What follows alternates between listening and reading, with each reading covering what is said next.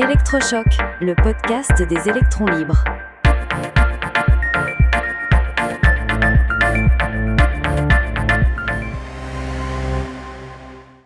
L'envol contrarié de la baleine ou l'écologie des faux dilemmes.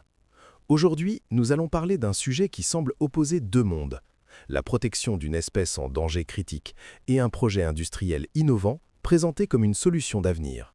Exactement, Max. D'un côté, on a le vison d'Europe, le mammifère le plus menacé de France.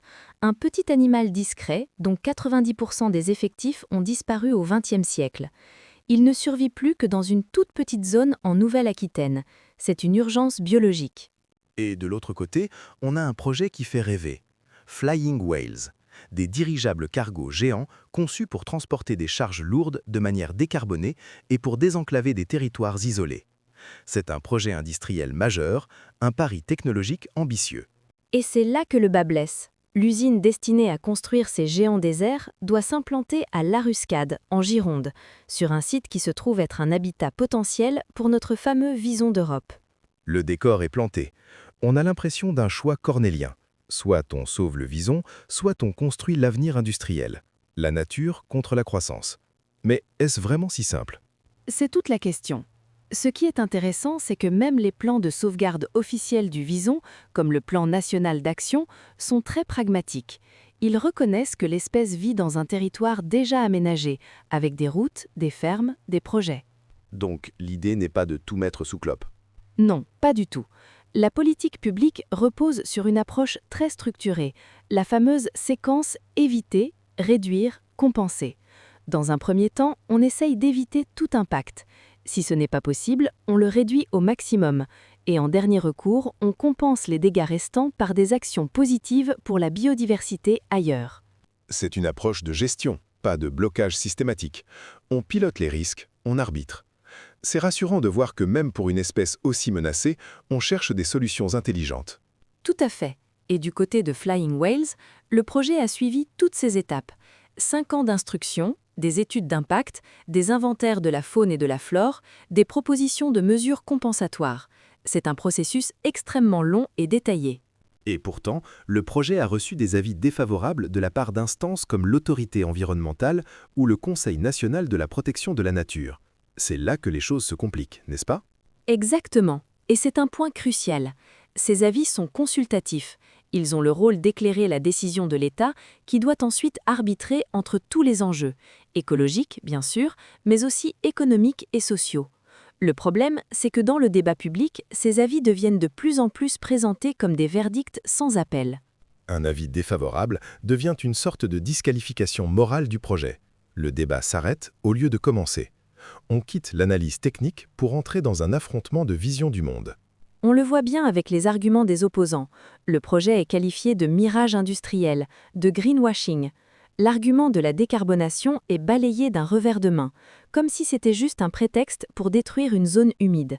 Le vison devient alors un totem, un symbole pour s'opposer au projet dans son ensemble. On sort de la logique de compromis pour entrer dans une logique de confrontation. Et ce n'est pas un cas isolé. On a vu la même chose avec le projet d'autoroute A69 entre Toulouse et Castres. Oui, le parallèle est frappant. Là aussi, un projet validé après des années de procédure a été attaqué sur le terrain juridique, notamment sur un concept assez complexe, la raison impérieuse d'intérêt public majeur, ou RIPM.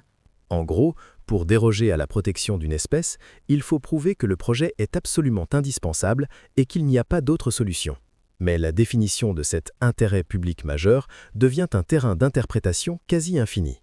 Et on voit des instances techniques, dont le rôle est d'évaluer l'impact écologique, se mettre à juger du bien-fondé politique d'un projet. Le CNPN, dans son avis sur l'A69, est allé jusqu'à questionner le train de vie de nos sociétés modernes. On n'est plus dans l'expertise, on est dans le manifeste politique. Ce qui est dangereux, c'est que cette approche transforme des outils de protection de l'environnement en instruments de blocage. On passe d'une question constructive, qui serait « comment faire ce projet en protégeant le mieux la nature ?» à une logique de veto, qui est « comment trouver une raison pour ne pas faire ?» C'est ce qu'on pourrait appeler la décroissance par la procédure. On utilise la complexité des règles environnementales pour paralyser les projets, quels qu'ils soient. Mais est-ce que ça sert vraiment l'écologie au final ? Bloquer un projet de dirigeable décarboné pour protéger un habitat potentiel. Est-ce vraiment la meilleure stratégie face à la crise climatique globale? C'est un vrai paradoxe. En voulant tout sanctuariser localement, on risque de se priver de solutions qui ont un bénéfice global. L'enjeu n'est pas de renoncer à protéger la biodiversité, bien au contraire. L'enjeu est de sortir de ce faux dilemme. Absolument. Il faut revenir à une écologie du résultat, une écologie pragmatique. La séquence éviter, réduire, compenser est un bon outil, mais à condition qu'elle soit bien appliquée. La compensation ne doit pas être une simple formalité administrative pour acheter le droit de détruire. Elle doit être réelle, ambitieuse, financée sur le long terme et contrôlée. Il faut garantir qu'au final, il n'y ait pas de perte nette de biodiversité, voire un gain. C'est exigeant, mais c'est possible. C'est ça, la voie du techno-optimisme raisonné.